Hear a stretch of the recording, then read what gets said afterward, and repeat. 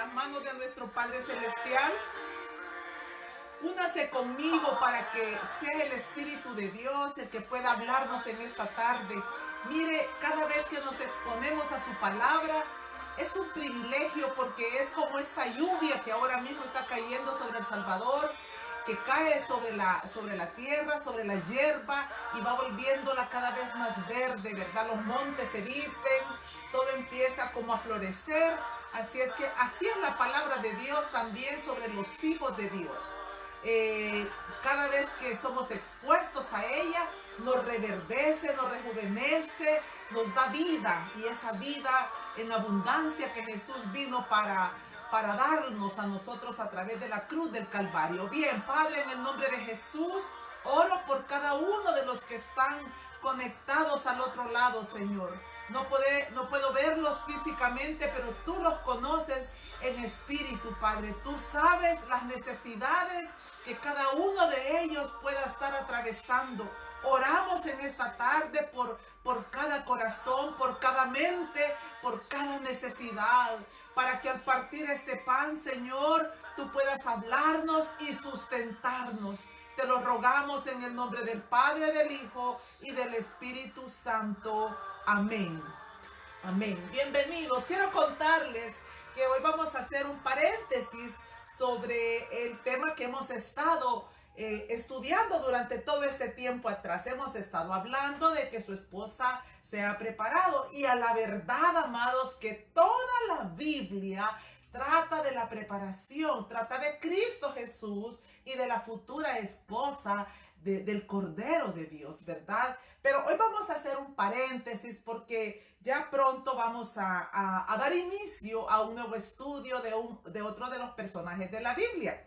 Pero hoy he traído un tema que quiero compartir con ustedes, que dice que ¿qué hace un árbol bueno y qué hace un árbol malo? Jesús habló tanto de los árboles, mire, y últimamente a los diferentes lugares donde he estado llevando los estudios o las enseñanzas, he estado hablando sobre esto porque hay tanta sabiduría en este asunto de los árboles. Jesús nos comparó a árboles buenos o árboles malos, y para eso nos vamos a sustentar en Lucas capítulo 6, versículo 43 específicamente, y luego vamos a leer el versículo 45. Vamos a la Biblia. Dice: no es un buen árbol el que da malos frutos, ni árbol malo el que da buen fruto. Oiga, preste atención. No es buen árbol el que da malos frutos, ni árbol malo el que da buen fruto. Y el versículo 45 dice: el hombre bueno del buen tesoro de su corazón saca lo bueno, y el hombre malo del mal tesoro de su corazón saca lo malo, porque de la abundancia del corazón habla la boca. ¿Cuántas veces repetimos esta última frase de este versículo? Lo extraemos, pero cuando nosotros vamos a todo el contexto nos damos cuenta que Jesús dijo estas palabras también allá en el libro de Mateo, capítulo 7, y aquí Lucas vuelve otra vez a repetirlas, a sustentarlas, ¿verdad? ¿Por qué? ¿Por qué se repite una y otra vez un versículo bíblico? Bueno, es cuando el Señor quiere que nosotros prestemos atención, que abramos nuestro oído, y el que tenga oídos para oír, que oiga, decía él, ¿verdad? Constantemente lo vemos allá en Apocalipsis, lo repite en todos los mensajes que le envió a la iglesia. Entonces, si tanto habla el Señor de los árboles buenos, árboles malos, prestemos atención, y quizás hoy sea el día en que vamos a entender algunas cosas que no han estado claras en por qué estamos siguiendo como mal, como bien, pero como que las cosas no prosperan o no mejoran, ¿verdad? Así es que dígale usted juntamente conmigo al Señor: háblame, Señor, que tu siervo escucha, ¿verdad? Contarles una pequeña anécdota. Fíjese que hace algunos años, juntamente con mi esposo, sembramos un árbol en la parte externa de la casa. Hay un pequeño jardincito y sembramos ese árbol. Y la verdad que empezó a crecer de manera hermosa, su hoja verde, empezó a dar unas flores preciosas, ¿verdad? Porque precisamente por eso lo compramos y lo sembramos, porque nos habían recomendado por el tipo de flor que él daba. Entonces los años pasaron, aproximadamente quizás unos 8 o 10 años. No recuerdo exactamente cuánto tiempo, pero fueron unos buenos años donde él nos daba esas flores rosadas, por cierto, pero de pronto sus hojas empezaron a ponerse amarillentas.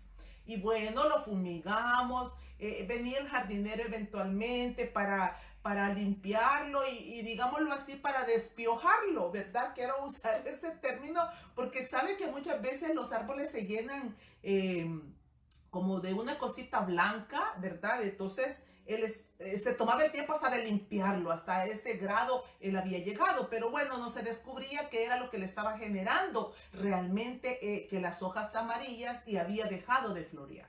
El punto es que un día salgo a la calle y el árbol había caído literalmente, estaba con sus raíces expuestas. Y entonces nos asustamos y nos preguntamos qué había sucedido. Me sentí tan conmovida porque amábamos ese arbolito, por lo que representaba, ¿verdad? De lo que el matrimonio, que lo habíamos hecho juntos, nuestro primer árbol y todo eso. El punto es que vino el jardinero y empezó a excavar alrededor de él para venir a descubrir que la tierra donde estaba sembrado estaba llena de rocas. Porque esta parte de San Salvador donde nosotros vivimos es rocosa. Entonces difícilmente las plantas, los árboles prosperan porque fácilmente ellos topan con rocas. Y usted se debe de recordar lo que Jesús dijo allá en Marcos capítulo 4, cuando él habló sobre 4 tipos de tierra. Entonces uno se pregunta, ¿verdad? ¿Qué es el problema cuando un árbol realmente no está prosperando, cuando su hoja empieza a ponerse amarillenta o no fructifica o no florea? ¿Cuál es el problema? ¿Es el tronco? ¿Son las ramas? ¿A dónde hay que buscar el problema? Incluso uno podría creer que el problema son sus raíces, pero quiero decirle que el problema más grande de donde una plantación puede estar cimentada es la tierra, el tipo de tierra donde se están profundizando esas raíces, ¿verdad? Entonces, lógicamente, la tierra donde está nuestra casa es una mala tierra. Entonces, no hay nada que pueda prosperar y vino el consejo del jardinero y dijo, siembren un árbol que tenga sus raíces externas y eso no le va a dar problema. Y efectivamente es lo que hicimos, pero le cuento una cosa, sus hojas siempre amarillentas del nuevo árbol. Y así entonces hemos visto que difícilmente prospera nada en la tierra donde está nuestro hogar. 4 tipos de tierra, aquellos que van junto al camino, entre pedregales, entre espinos, y solamente en la buena tierra es donde va a haber fruto al 30, al 60 o al 100 por uno. Entonces, lo importante que nosotros queremos destacar ahora es en qué tipo de tierra usted estará plantado, en qué tipo de tierra estaré yo plantada. Si no estamos dejando labrar nuestra tierra, si no estamos dejando limpiar nuestra tierra, difícilmente nosotros vamos a poder ver esa fructificación que muchas veces estamos esperando, esa floración, ese progreso, esa prosperidad de la cual nos habla la Biblia, que dice de que va a ser prosperado en todo, ¿verdad? Entonces, el problema no está en lo externo, sino está en lo interno, en lo que nadie ve. Por ejemplo, usted puede preguntarse, ¿cómo es que un hogar llega a derrumbarse de la noche a la mañana? ¿Será de la noche a la mañana? ¿Cómo es que un ser humano llega a la indigencia? Una persona que usted vio en alguna oportunidad con su sano juicio, trabajando, llevando una vida productiva y de pronto lo ve en las calles vagando, perdido en alcohol, en drogadicción. ¿O cómo ve usted una persona que llega a terminar en un manicomio, ¿verdad? En la cárcel o una muerte prematura? De seguro, querido amigo, querida amiga, usted y yo debemos de saber que lo seguro es que esa vida no ha estado cimentada sobre la roca que es Cristo Jesús, sino por el contrario, cimentada sobre la arena. ¿Dónde? Porque le pongo un ejemplo. A veces nosotros, aún los hijos de Dios, creemos que estamos cimentados sobre Cristo, sobre el fundamento de los apóstoles y de los profetas, como dice Efesios capítulo 4, de toda aquella palabra hermosa que el Señor Jesucristo citó en el Nuevo Testamento, que es nuestro fundamento, toda la palabra del Antiguo como del Nuevo Testamento, Cristo y la palabra el fundamento. Entonces, si nosotros no estamos ahí, muchas veces creemos que nuestra vida es un cónyuge, que la vida, que lo que nos sostiene, que lo que nos da la fuerza para vivir son los hijos o el trabajo, una casa, las cosas materiales. ¿Qué error tan grande hemos cometido cuando hacemos ese tipo de declaraciones? ¿Y sabe por qué?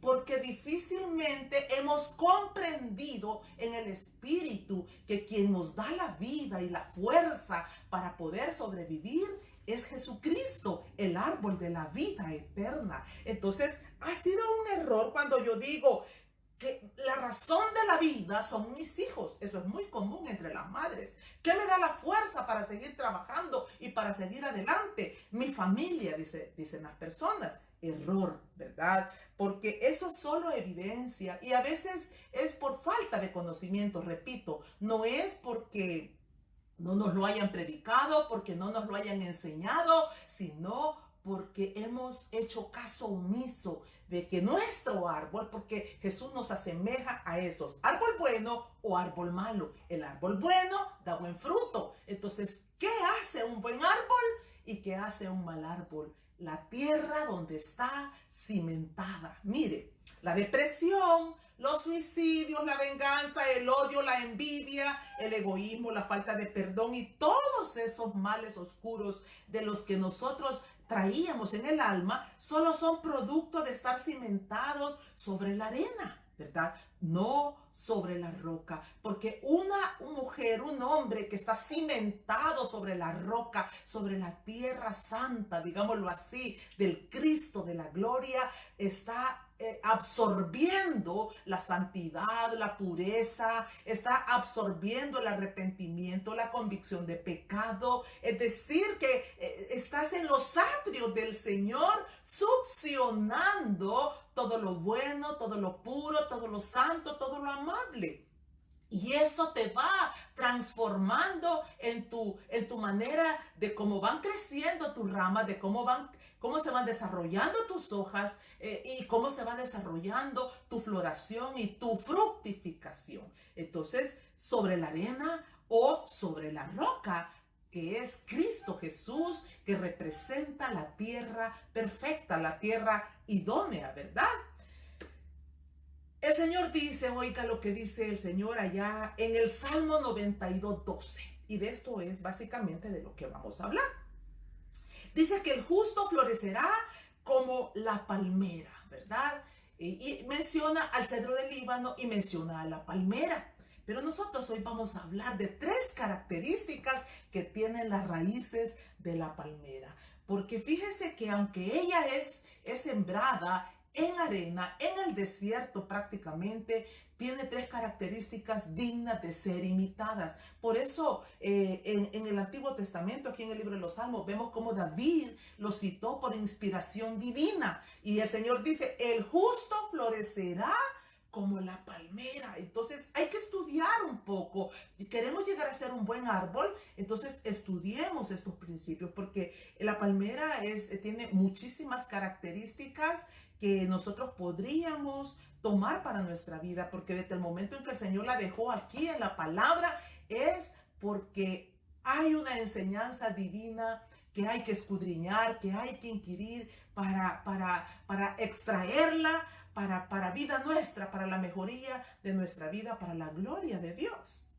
Entonces esas 3 características, pero antes quisiera decirle quién es el justo, ¿verdad? Porque si el justo es el que va a florecer como la palmera, importante saber, justo todo aquel que ha recibido a Cristo como su Señor y su Salvador y que ha sido limpiado con la sangre del Cordero, sin importar la condición en la que veníamos. Bueno, en las semanas pasadas hemos estado hablando sobre Rahab, dijimos la ramera, aquella que venía cargada de pecado, pero se encontró con el Dios vivo y tuvo un encuentro sobrenatural y su destino fue cambiado. Justos, todos aquellos que nos hemos encontrado con el Dios vivo a través del Cristo de la gloria. Y esa sangre carmesí volvió nuestros pecados como la blanca nieve. Entonces, es para usted que se ha entregado en las manos de Jesús y es para mí también que he sido justificada. 3 características de las raíces de la palmera. Profundiza sus raíces para afirmarse en tierra firme.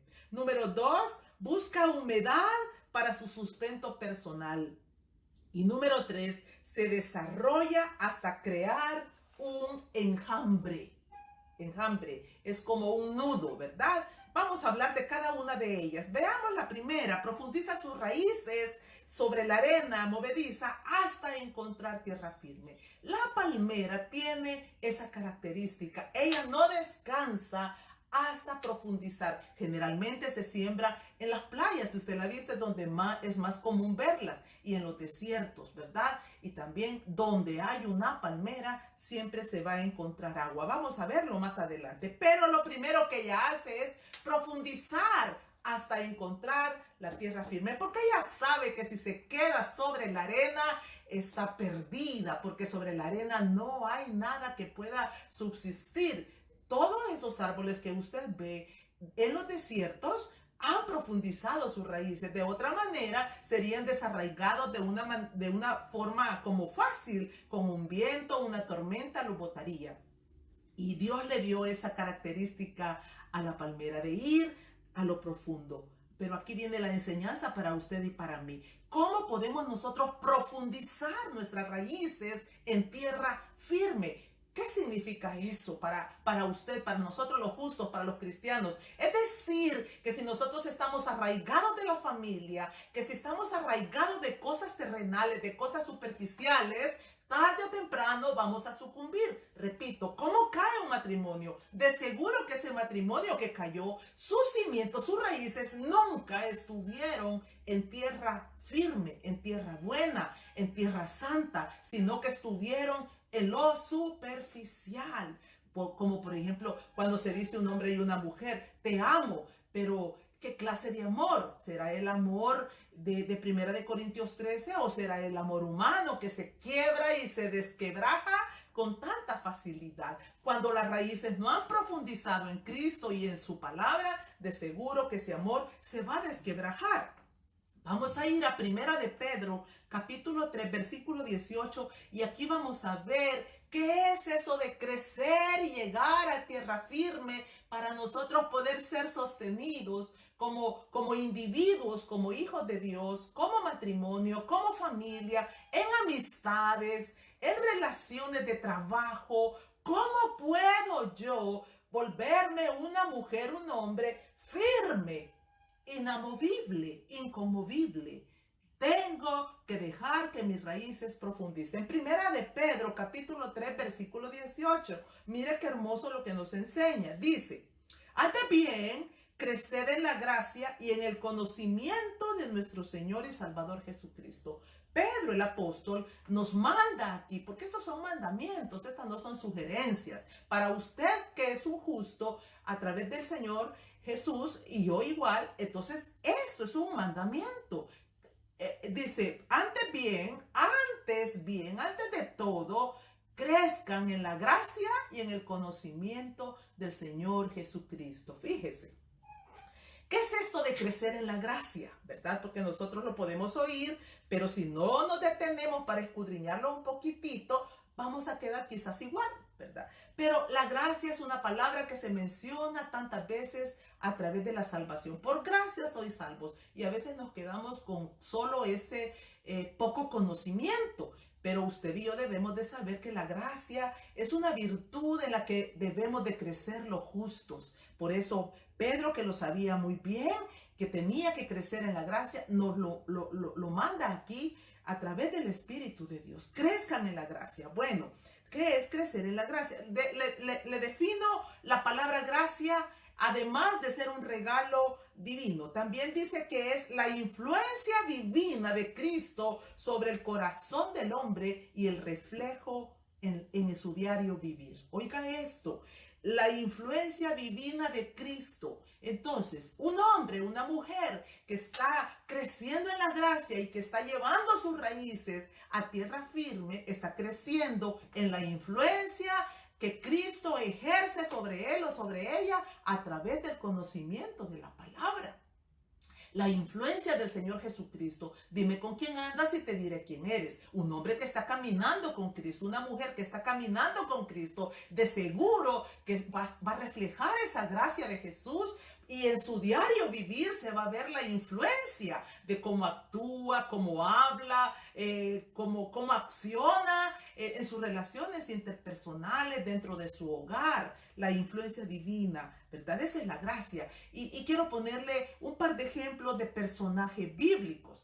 Cuando nosotros pensamos o hablamos de Esther, ¿qué definía Esther? La gracia de Dios. La Biblia lo dice 3, 4, 5 veces, que era la gracia, que el rey vio la gracia, Hegai vio la gracia, los que estaban dentro del reino vieron la gracia de Dios en Esther. Dice que todos los que la veían la gracia de Dios en ella. Entonces, pero ¿qué era lo que la había llevado a esta mujer a crecer en esa gracia? Es decir, en esa influencia divina de Dios y que se manifestaba en el exterior. Bueno, fue una mujer que se dejó educar a la luz de la Biblia desde que era una jovencita, porque la palabra dice que Mardoqueo, que era su primo, la había tomado como una discípula prácticamente, y ella no fue rebelde, se dejó llevar en ese camino, en esa senda antigua, formando en los principios de la palabra de Dios. Entonces, querido amigo, es la palabra,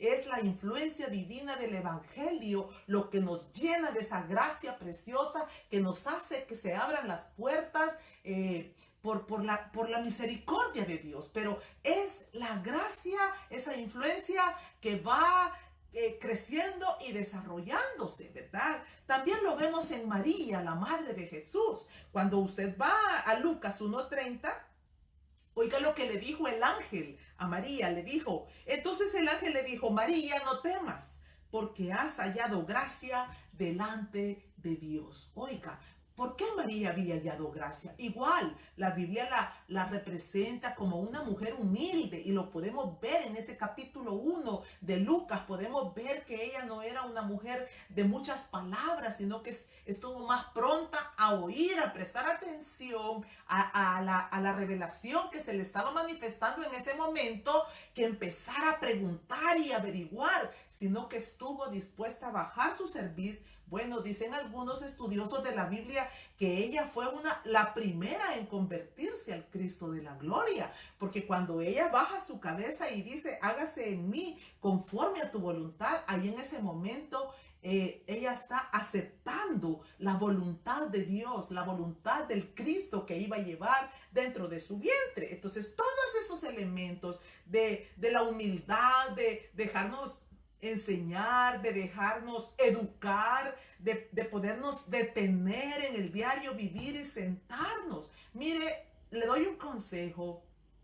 No importa quién es la persona que Dios ha puesto al frente suyo para que le instruya, no se trata, porque a veces quizás nosotros decimos, es que si fuera fulanito, es que si fuera menganito.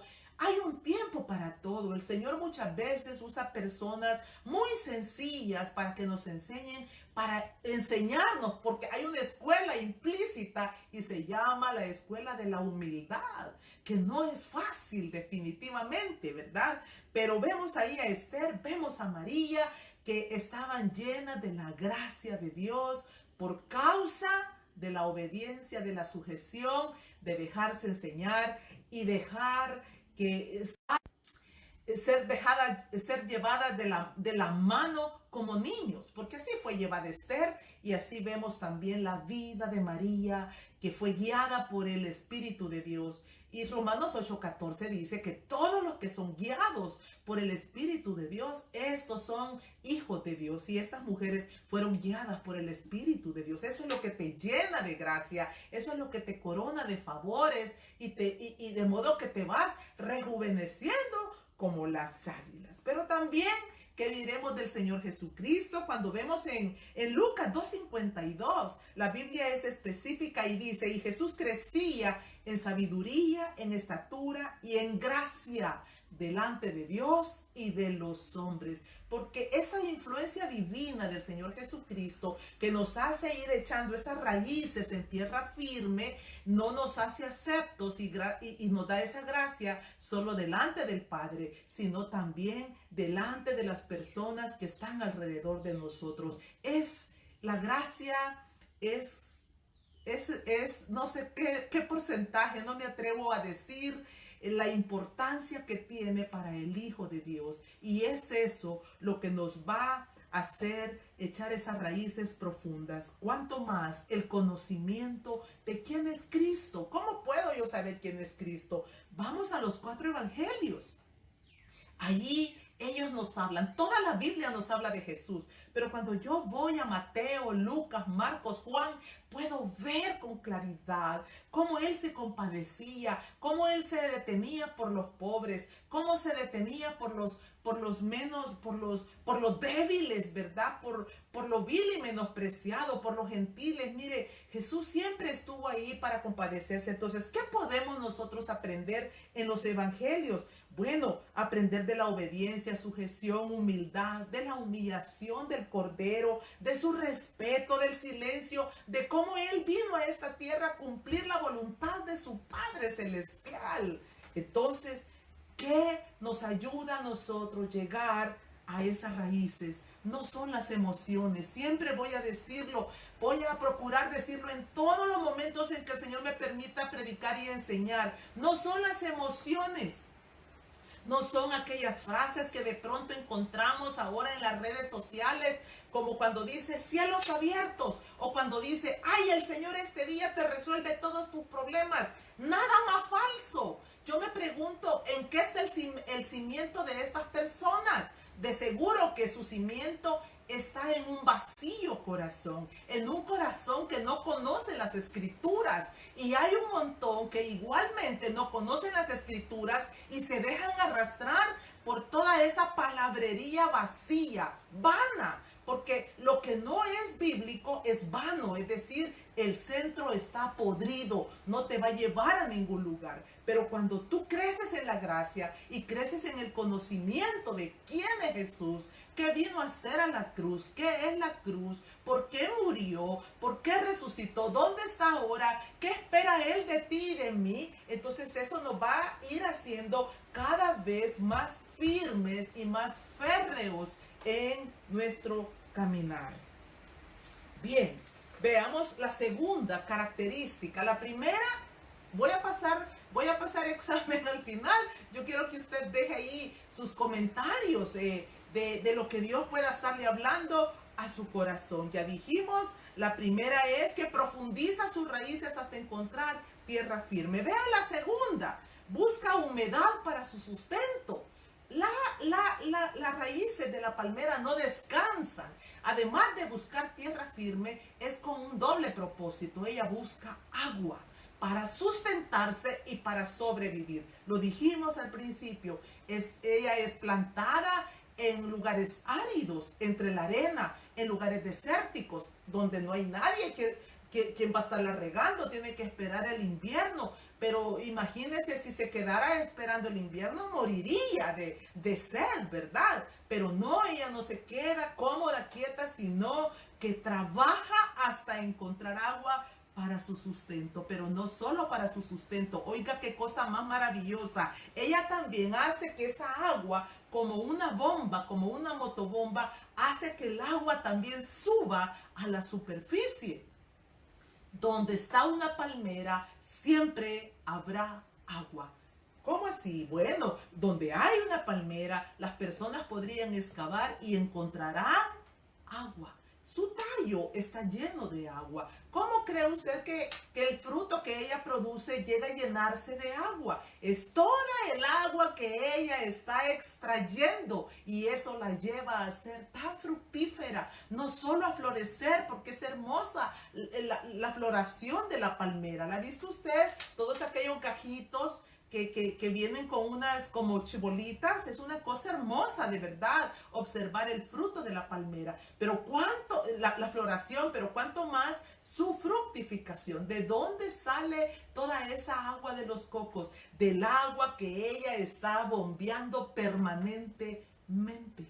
Y aquí viene la enseñanza para usted y para mí. ¿Cómo encontramos agua y la traemos a la superficie de nuestro corazón? Bueno, el Salmo capítulo 1, y quiero ir específicamente al versículo 3. Dice, será como árbol plantado, oiga, junto a corrientes de agua, que da su fruto en su tiempo y su hoja no cae y todo lo que hace prosperará. Será como árbol plantado. Entonces ahí está, dice, junto a corrientes. Sí, esto está hablando de los hijos de Dios, de los justos, de nosotros, que debemos de ser plantados junto a corrientes. Pero no siempre es fácil encontrar esa agua pura, salutífera, que nos sana, que nos hace tan inteligentes, que nos hace sabios, entendidos. Tenemos que ir a las escrituras y como si nosotros estuviéramos bombeando el agua y yendo cada día. El día de ayer estuve hablando en el estudio de los lunes de cuando la sulamita le dice a su amado, atráeme. Entonces se me viene en este momento esa imagen de esa mujer que estaba diciéndole, atráeme. Y correremos en pos de ti. Pero el punto es que nosotros podemos hacer eso, una oración y decirle, Señor, atráeme a tu palabra, atráeme al agua viva para que yo pueda refrescar mi corazón, refrescar mi alma y traer esa agua también para que otros puedan beber. Porque sabe que también la palmera, ella inmediatamente que empieza a crecer y a desarrollarse, está rodeada de hijitos, ¿verdad? Ella se multiplica, da su floración, viene el fruto, que a quien no le deleita tomarse un coquito fresco en la playa, en el desierto, imagínese usted, pero esa es la característica. Éxodo 15:27 dice, y llegaron a Elín, donde había 12 fuentes de aguas y 70 palmeras, y acamparon ahí junto a las aguas. Donde hay palmeras, siempre habrá agua. Y yo quiero agregar esto, donde hay un hijo de Dios, siempre deberá haber agua viva, agua que quita la sed. Jesús dijo que de nuestro interior deberían de correr esos ríos de agua viva, pero van a correr, amado. Mire, no se trata de constituirnos todos en grandes predicadores, pero qué deleite sentarse junto a una mujer o a un hombre que probablemente no tiene un llamado para predicar o para enseñar, pero cuando abre su boca, destila esa agua que quita la sed, esa agua que sana, esa agua que te trae paz, esa agua que te alimenta y te sacia. Nosotros, los justos, tenemos que traer esa agua. Donde hay un hijo de Dios, donde hay un cristiano, tiene que haber agua que quite la sed. Veamos, dragar. Fíjese que dice que es como que si la palmera dragara, como una motobomba, ¿verdad? Entonces, dragar, nosotros, ¿cómo debemos de dragar? En la adoración, en la oración, en la vigilia de la noche. Cada vez que usted se expone, cada vez que usted ora, cada vez que se levanta en esas madrugadas porque tiene angustia y esa angustia se va hasta que usted se presenta delante del Señor. Cada vez que vamos a la congregación y nos sentamos para oír la palabra de Dios, cada vez que nosotros le estamos diciendo al Señor, santifícame para tu gloria, estamos dragando, estamos trayendo esa agua viva que nos va cada día refrescando y darnos ese vigor del que habla la palabra de Dios. Entonces, entre más me separo del mundo, también más agua puedo extraer, porque cuando usted va al Salmo 1 y ve en el versículo 1, hay condiciones para llegar a ser ese árbol plantado junto a corrientes de agua viva. Apartarnos de los pecadores, apartarnos del hombre malo, apartarnos de los burladores. Entre más usted se aparta del mundo, de la perversidad del mundo, usted está dragando, está trayendo más agua viva para su beneficio y para los de su casa.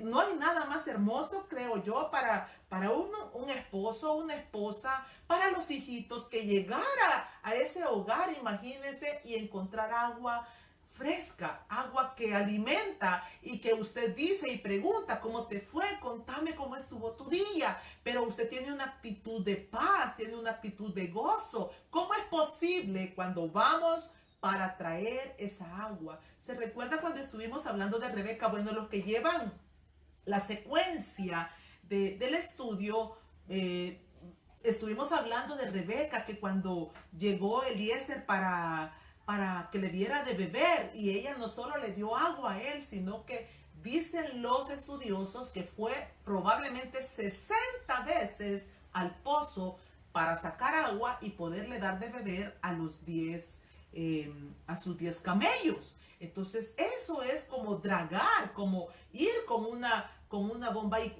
constituirnos como en mujeres expertas que vamos a la fuente, para que cuando vamos a exponernos a nuestra familia, bueno, yo tengo todavía familia un poco conflictiva, ya les he compartido, vengo de un hogar lleno de conflictos, de pleitos, de enemistades.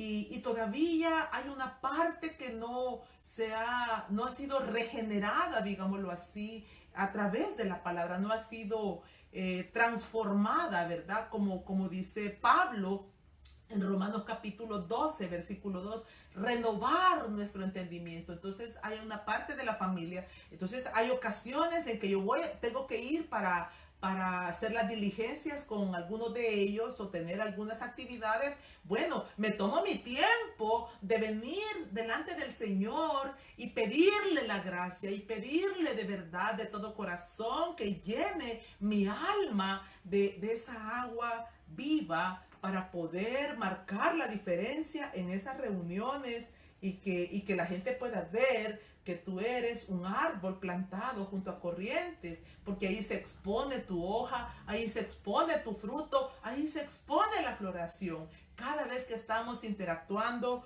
con nuestra familia o con nuestros hermanos en Cristo. Entonces, entre más nos apartamos nosotros del pecado, del mundo, más agua vamos a extraer, ¿verdad? Bien, hablemos de la tercera característica de las raíces de la palmera. Dice que profundiza y se desarrolla hasta crear un enjambre. Un enjambre es como un nudo. Es que las raíces van a llegar a hacerse como a unirse entre ellas de tal manera, amados, que no habrá poder del clima que vaya a hacerla sucumbir. Por eso ella no solo profundiza hasta encontrar tierra firme, no solo profundiza hasta encontrar agua, sino que además forma un enjambre, porque eso es la que la sostiene en medio de las tormentas, en medio de los vientos recios. Creo que es conocido de usted que la palmera puede ser doblada. En Los Ángeles, por cierto, es muy común ver palmeras. Y cuando han habido esos vientos recios, se ve como ellas son dobladas, pero no ceden. Pues ahí está el secreto. Son como un enjambre que se han ido aferrando cada vez más y más profundo y en tierra firme.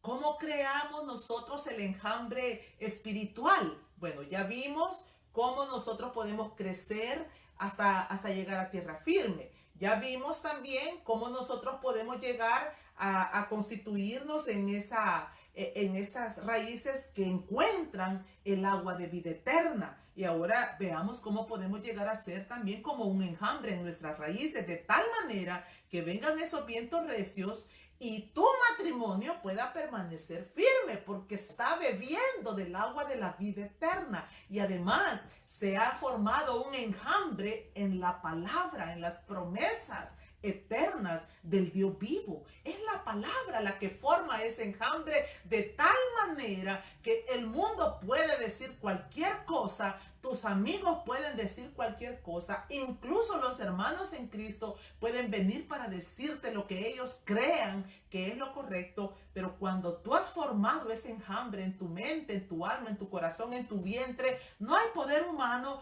que te haga cambiar, sino que tú vas a permanecer ahí inamovible, ¿verdad? Mire lo que dice Efesios capítulo 3, versículo 17.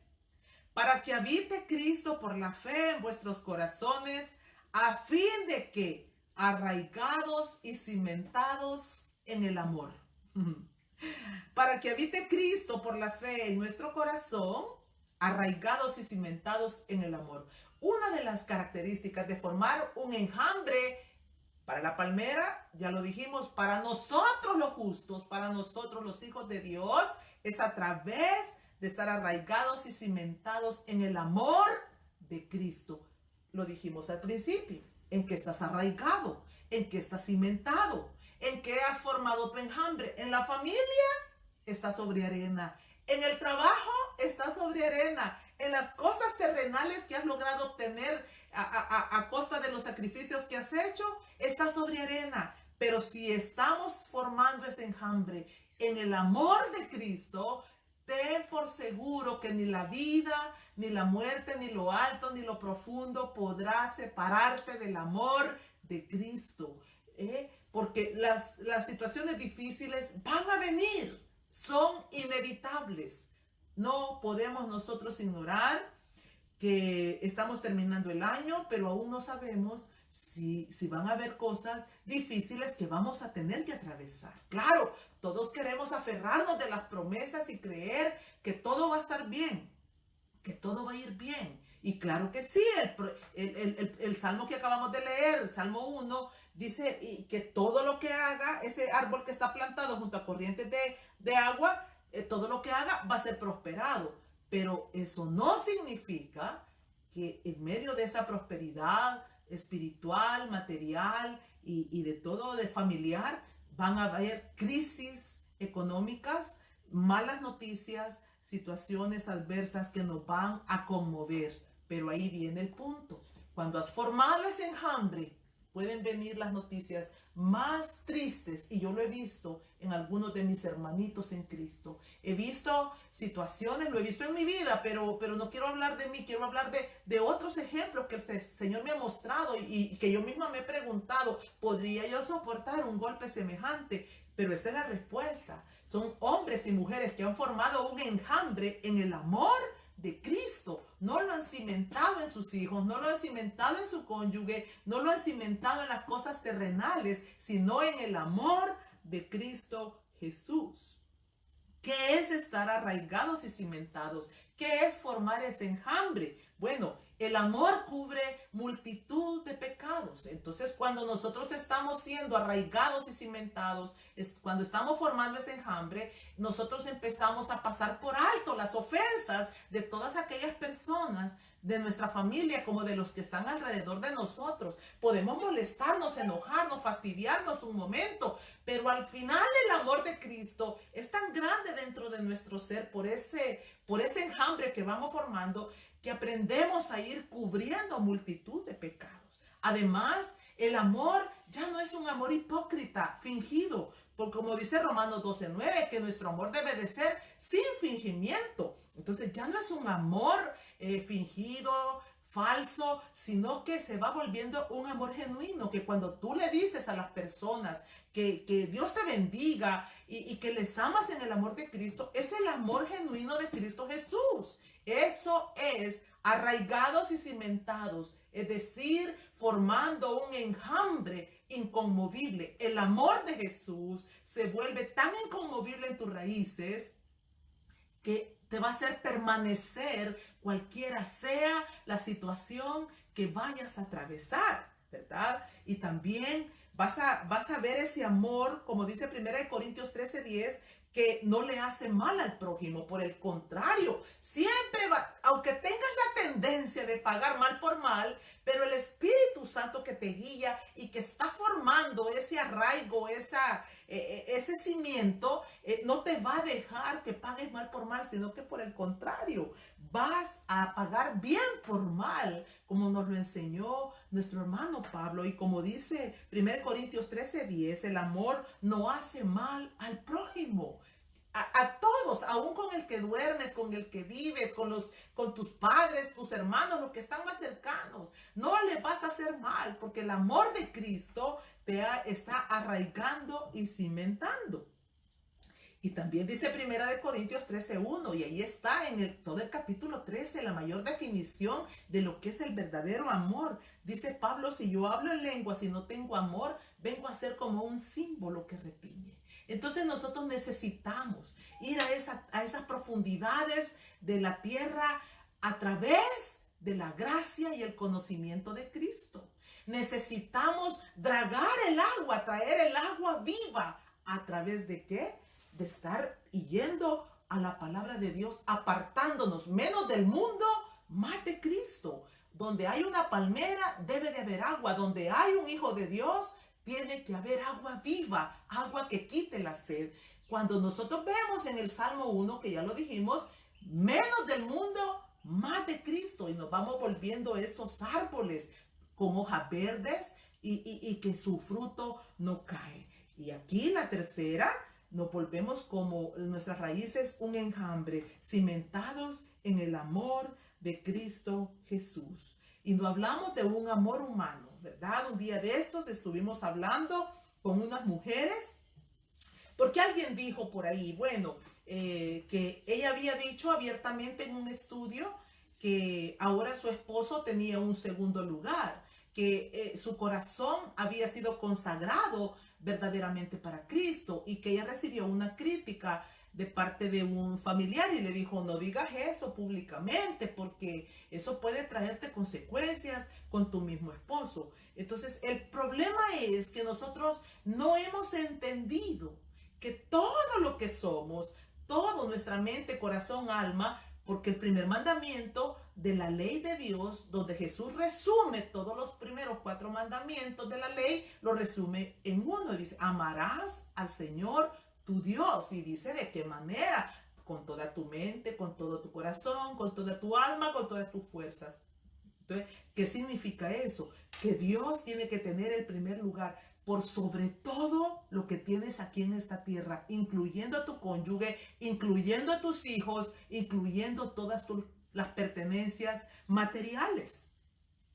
Porque no estamos hablando de un amor humano, porque el amor humano, repito, se quiebra, se rompe, se desquebraja, pero el amor de Jesús es eterno, es incondicional. Entonces, cuando tú te atreves a formar ese enjambre en el amor de Cristo, te vas a volver un hombre, una mujer que ama con sinceridad, no con fingimiento, que ama con genuinidad, que en verdad desea que le vaya bien a todo aquel que está alrededor de su vida. Y aunque te hagan mal, tú no te plantas en que te hicieron mal, sino que vas llevando lo que Jesús hizo y dijo: pagar bien por mal, ¿verdad? Así es que 3 cosas: profundizar las raíces para afirmarnos, buscar esa agua viva para el sustento personal y el de la familia, y número 3, desarrollarnos hasta crear un enjambre en el amor